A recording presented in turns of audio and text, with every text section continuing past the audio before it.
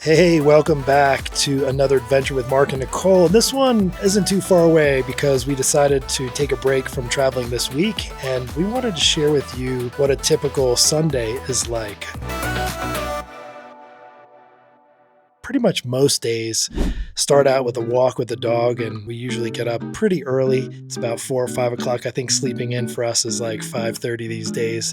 But when we get up, we slept in until about 6, and it doesn't get light until about 7. But most days we get Owen out for a walk in the morning, and Sunday is no different. Since we're doing 75 hard, we still have about a week and a half left. We're almost done. We're in the home stretch. We make that one of our workouts as an outdoor workout, and you can see I've been slacking, not wearing that weighted vest called a rucksack. We did a video a while back on carrying weight while we walk, and I'll admit I had a few extra pounds I've been carrying around, so I opted out of the weight vest. Nicole had a ruck on today, I think about 20 pounds in. We do 45 minutes to an hour. Usually our walks with Owen are about an hour. So it was a beautiful morning, sunrise. It's a little cool. We had to bundle up. It's getting to be that time of year where we have to wear some warmer clothes, and we're still just getting used to that, trying to figure out what we should wear when it starts out in the low 40s, and then by the end of our walk, it's already in the 50s. Now, on Sundays after our walk, we get ready for church, and we have it pretty dialed in. We get out usually around 6 or 7, and church starts at 8:30, so we get out the door a little after 8. We're running a little late this morning. Had a little bit of a late start, and, like normal couples that have been married for a while, you get into a little conversation that gets heated for a few moments. But anyway, we did make it back okay. I think our responsibility this morning, that we would respond to all that the Lord has done, that we would take the time to remember who the Lord is, what He has done.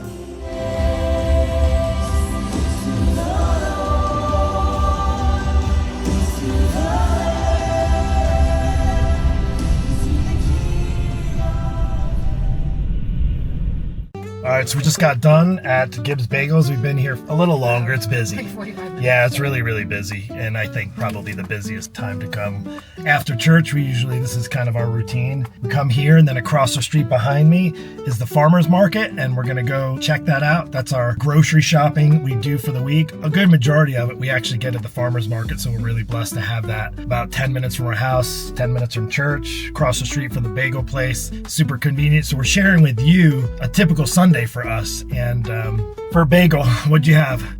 Egg, cheese, on an everything bagel. Egg and cheese. Although they did put bacon on it, so I had to pick it off. Yeah, like I said, they're busy, and I think they get a little flustered. They got all these orders. The hard thing these days with a place like a Bagels, they have all these to-go orders, DoorDash. The people order, they don't get up off their couch, I guess, and get out. I don't know. I think it's a beautiful day. You should get outside, even if it's just to go to the bagel place and pick up your bagels, or to go to church, or to the farmer's market. Or all the above. Or all the above. Gibbs Bagels is a family-owned business. There's 3 locations, and they've been open since 1994.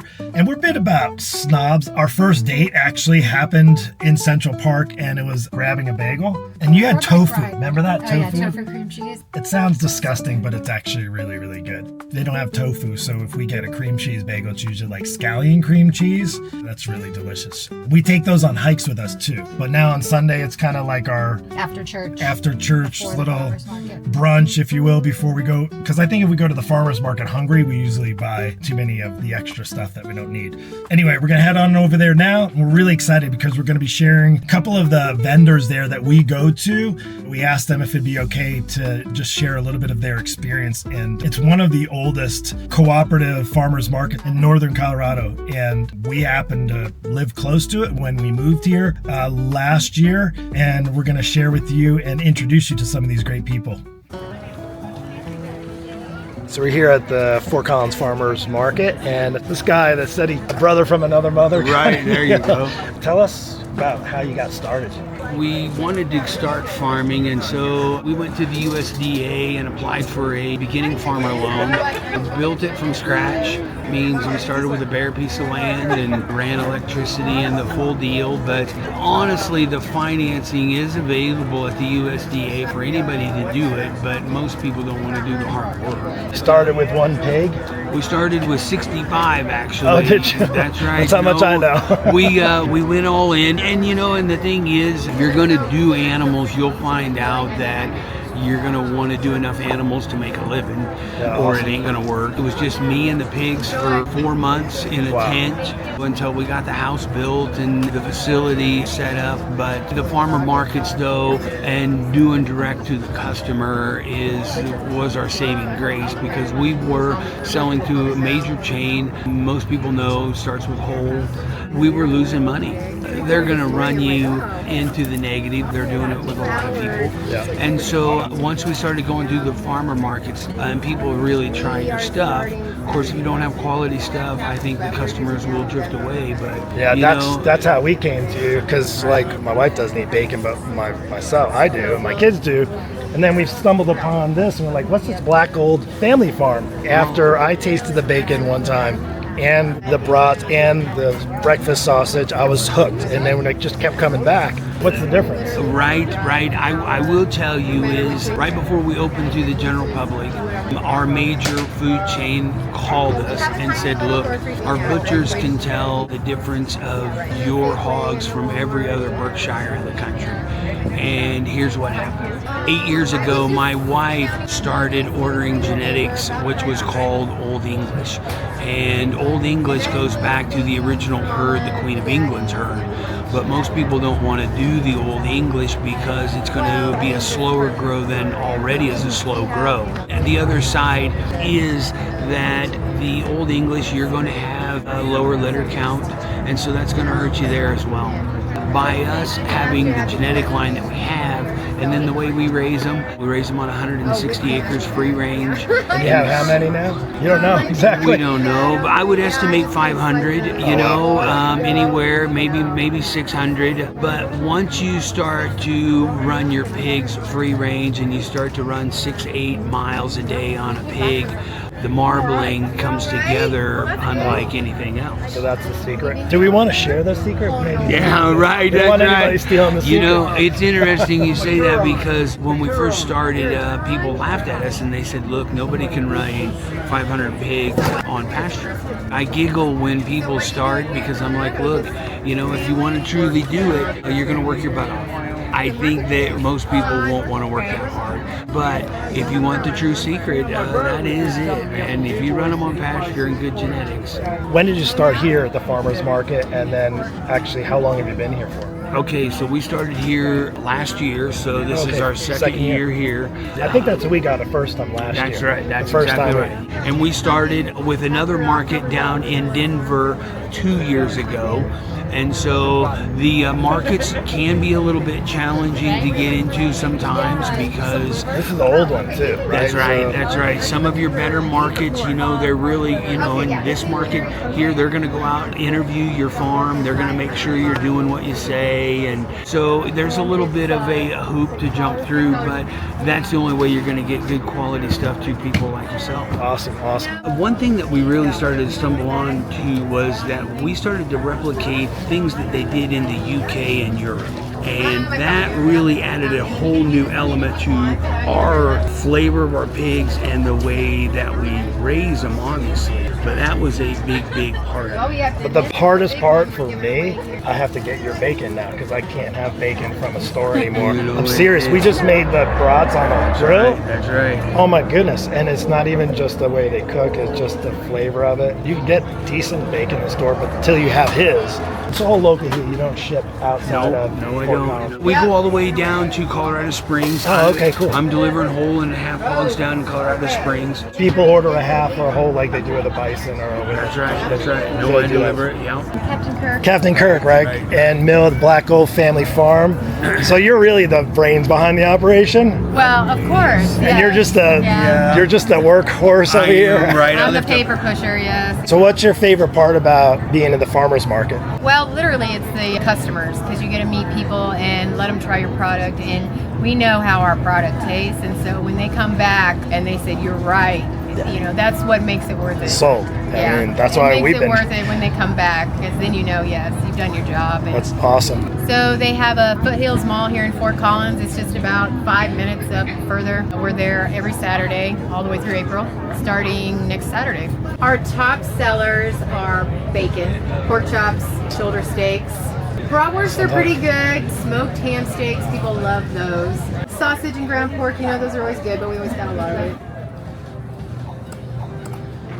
So 1949, my grandparents started the farm, and my parents started doing farmers markets in 1982. Here, It was 84 when they first started? Yep.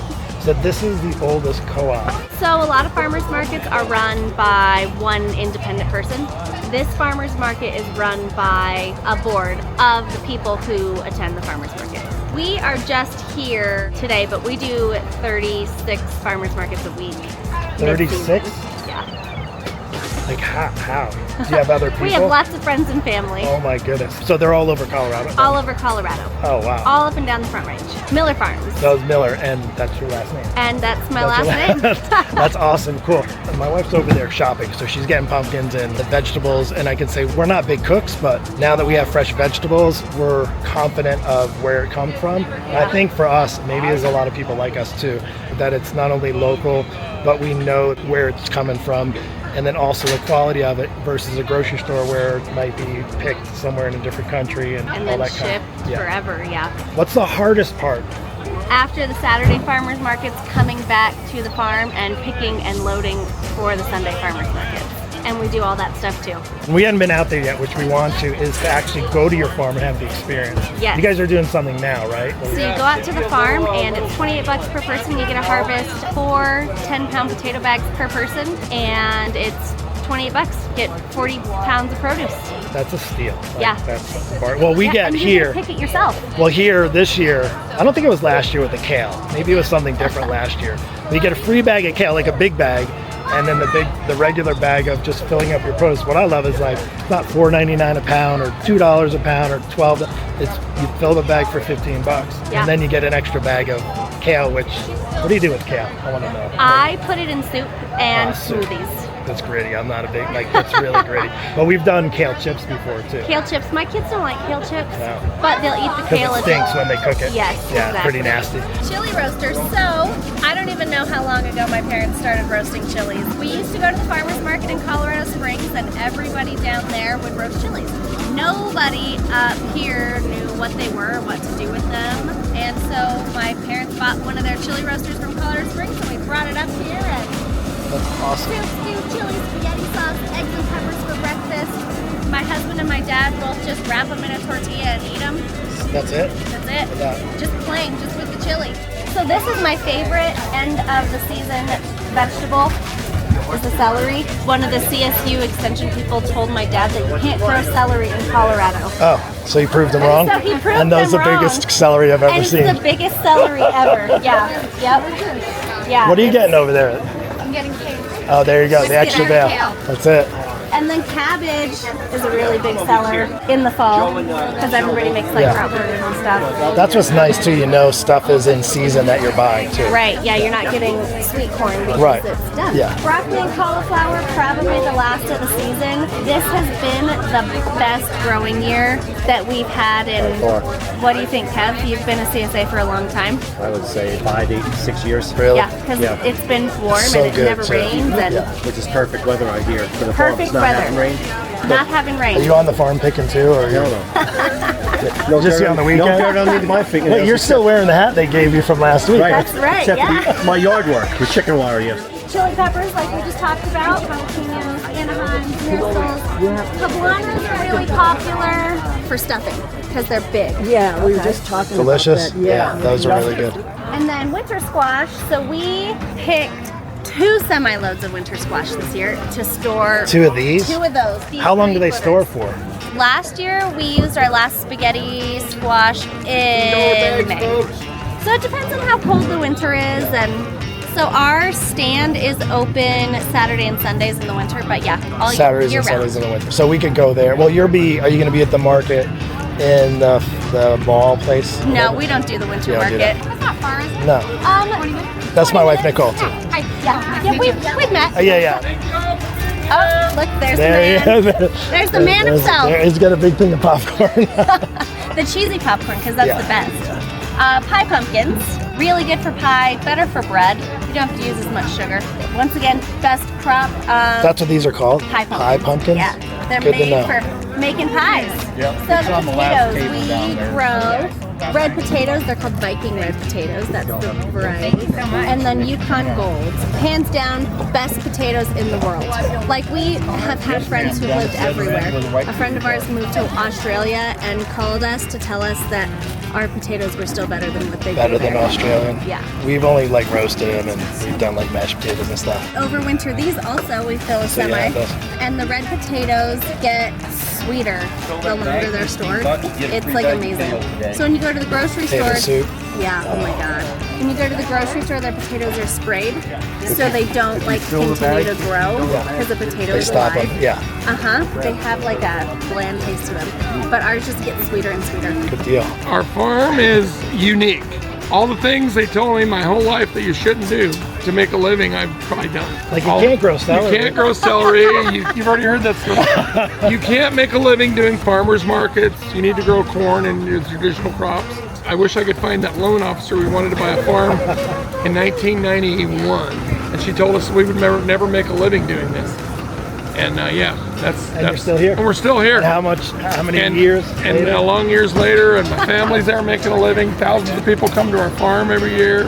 Yeah, on We do the average, markets. how much produce that you sell on an average day, like on a And Saturday? here we'll sell almost that semi-full in the peak season. And there's Yep. less stuff now, obviously. Yeah, So, obviously, yeah. half Green beans and corn are gone. But yeah, we'll still have that. And then- We actually started that in 1996, but you go there and you harvest your own stuff. Kind of a one-of-a-kind experience. We don't just do pumpkins. We don't just do corn maze. We do a stack of wagon too, but we don't just do one thing. We take you out and you pick stuff.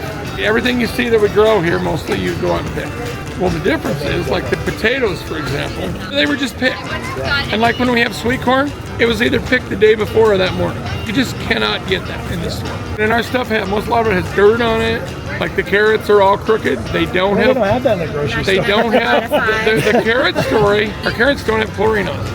Because all the carrots you buy in the store go through a chlorine bath to kill the bacteria. Same way with most everything else, and ours is just picked and brought over here. Well, thanks to you, we don't go to the grocery store. There you go. We There come you go. to You come the here. grocery store. We gotta go grocery shopping. During the pandemic, the Department of Ag told us not to grow anything that year because farmers markets wouldn't be open. You couldn't have people out. And so between her son, and her sister, they started the online delivery thing, which was a nightmare the first I can't imagine. Oh my god. Awful. Time saved. But that's for everybody that was doing it, right? Like Right. so many people We didn't had to even know. You didn't know what to do. expect that. Yeah. They're right over there. There he is, the little gentleman there. He was making the bags. We had potatoes stored over, and he was making them. And he was like, "Why don't we offer delivering these to people?" We were like, "Okay, some people from Platteville will call. Whatever, it's fine." And then they put it out on Facebook, and 350,000, some stupid amount. It was a nightmare. It was a nightmare, but it changed our whole opinion on what we're doing. Because before it was just you go and that's all we did. And we never looked at it as look for a community. I do think it helped a lot of people realize that, yeah. Well, it's interesting. We haven't had too much experience at farmers markets, but in Florida, we went to a few, and it was like they almost went and got the stuff from the grocery store and brought Where it was it. like The an art labels market. up. It was That's arts and what crafts. every time we go anywhere, we go to a farmer's market. And I always try to You talk already to know. somebody, and I'm like, where's your farm? Yeah. You know, they don't. Most farmers markets, unfortunately, are that. They just take it out of a box and put it on there and sell it because that's just how it is. And then I would just say on our end, just on the value and the savings, if we were to actually put all the stuff that you get here in the store, it'd be at least probably twice as much. And my thing I always wanted to put out there, even if you're at a market in a farm buying and selling apple, whatever the thing is, but they're a farm, at least you're supporting them. Yeah. If they're selling t-shirts and they're a farm, you're still supporting a farm. It's not just going up the chain to a big corporation. Can you imagine if they did that all the way around? And If they did that all the way around in all businesses, America it'd be in awesome shape. And just And for next generations and for grandchildren and that's what it was for a long time, and now it's not. It's all about the big going to the top. well, we appreciate it. I Yeah, know. we're so grateful. I know we are very, very Awesome. grateful. And thank you. You're not stopping anytime soon, are you? No, I have no. I'll just work till I can't. That's good Because stuff. to see my grandkids out there working I just can't even and well, of course my daughter, and she could drive the potato truck and all that, like a rite of passage on our truck, on our farm. I mean, because Because the steering Yeah. wheel is Oh, big yeah. and it doesn't have Yeah. power steering. We started the ranch 9 years ago, and we're first generation ranchers. I worked in IT for 25 years, and we had to figure out how to make money. This is not a hobby. The easiest way to do that was just start jumping into farmers markets and selling direct to the consumer, and it's gone very well for us. So it's interesting because I was thinking if you could do any kind of ranching, I would think having bison would be one of the hardest. So what made you choose that? You know, this wasn't my idea to do this because I have no background in agriculture. Like I said, mine was all technical.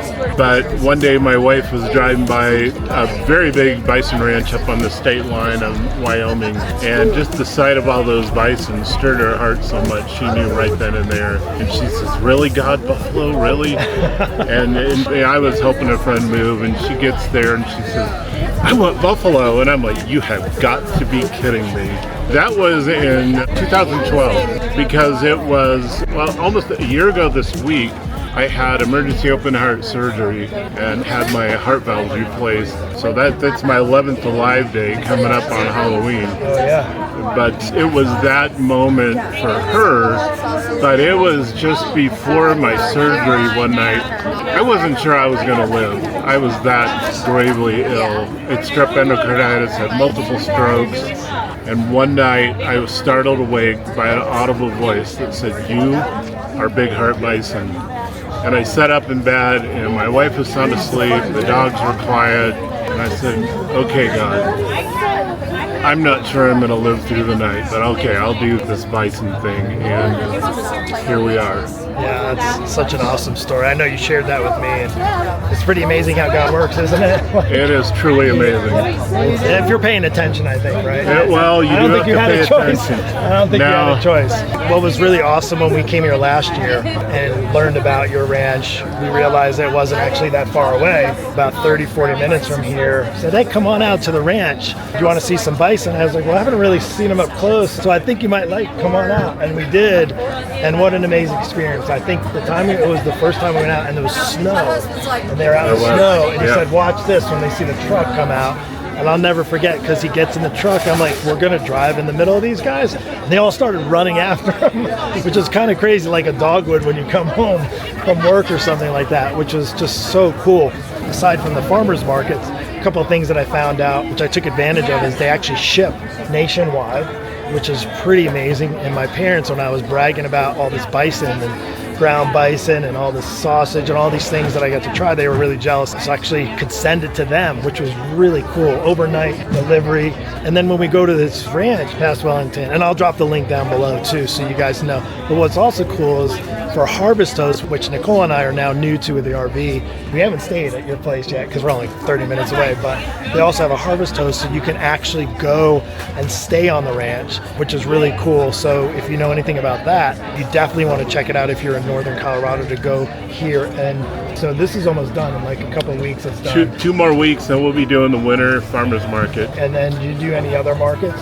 We did Longmont a couple of weeks, and we're going to do Boulder next week. So we'll be down there, I think, next year on Saturdays. Do this one on Sundays. Really low on stock. That's all right. Well, it's a good thing. We don't have a single steak left. Okay. Not even back at the ranch. Oh, wow. But, you know, these, we can show these.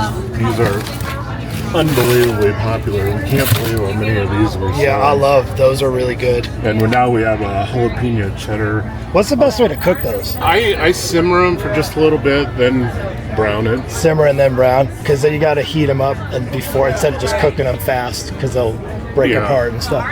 You know, they do pretty good, but it's easy to overcook them. Yeah. You get one of those. So what's the, like, I know I love the ground beef. It's really good. I've had those too, so good. And those I like a lot. These are some of our best sellers. Yeah. We started getting bison bratwurst.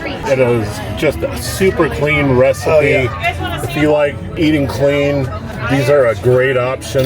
And then we recently got the jalapeno cheddar flavor of that too. All right, there's the other half. Now you handle the money and all the business part of it. I do. So, and you're just a worker. Well, I do a lot of the customer service. I do all the shipping. She takes care of most of the inventory. Yeah. For shipping, it works really well. Just she pulls the order and then I pack it. So we both have eyes on our order for a little bit of quality control. Yeah, Greg was telling me about how you saw the bison when you were out. Yep. And then that was it. It was done. I knew. In that moment, I knew. Is it all you expected? I don't know what I expected. No. That's the thing. I had no expectations. No idea? I just knew God said do it, and the answer is yes. What's been the hardest part? Because it's nonstop work, right? Well, It's a lot of work. I mean, when the herd goes to visit your neighbor, that's a little fun. The fence comes down and the wind storms. that happens. Yeah, we had the tumbleweed apocalypse this spring, and we're still cleaning up from that. You know, I'm 60 years old, and I'm very active and out, you know, working as hard as I ever have. There's a lot to it. You know, you have these herd of animals that you get to go out and look in the eye. And they're yours. And they're ours, and they know it. They know who feeds them. You know, that part's really cool, that you have a connection with the animals. Yeah. And you just had how many babies? 14 babies this year. 14. Did you get to see any of them from birthing at all, or did they just do their own They thing? just do it Pretty private? We've seen it in the past. You don't intervene. You would not walk away from that. Yeah. A lot of people here have to care for their animals in the winter. Is it less work in the wintertime? It's Because they do better, don't they? Oh, they thrive in the winter. yeah, they do. They handle the cold and the doing? snow very well. Because So our we bison just bottom round. keep them fed and keep And your the puppy stock is definitely tanks well full of water. And Also, how many do you have now currently on your farm? we have about 30. For our land, that's a pretty comfortable number. 30. We still buy a lot of hay.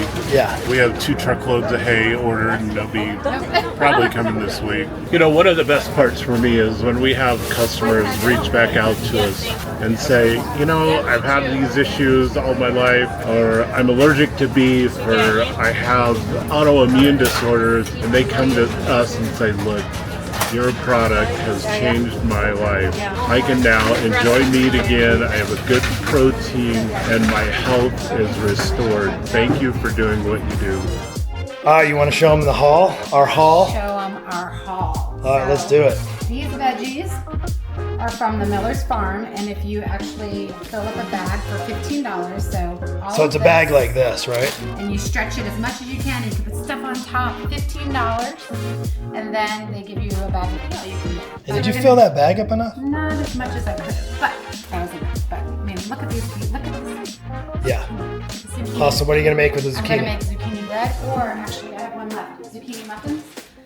I made zucchini and carrot muffins, healthy, and they were delicious. Because we're still doing 75 hard. Still doing 75 hard. Yes. They said they couldn't grow celery in Colorado. Can you And Mr. Miller. look at the size of the celery? Hold on, do that again. It's Look giant. at this Ginormous. celery. Beautiful celery.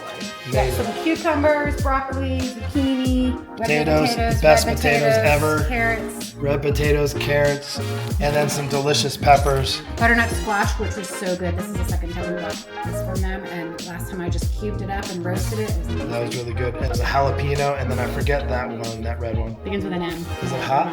No. Medium? Medium. Mild? Medium? Great, and we got some eggs, and then this is from the Black Gold Farm. Actually, I'll be honest too, I wanted to share because I didn't get it this time because we were just there last week and I stocked up, but I'm gonna share with you what I got. One of my favorites is the bratwurst, and we were waiting for the bacon. They didn't have any bacon. Not that you're missing the bacon because you don't need bacon.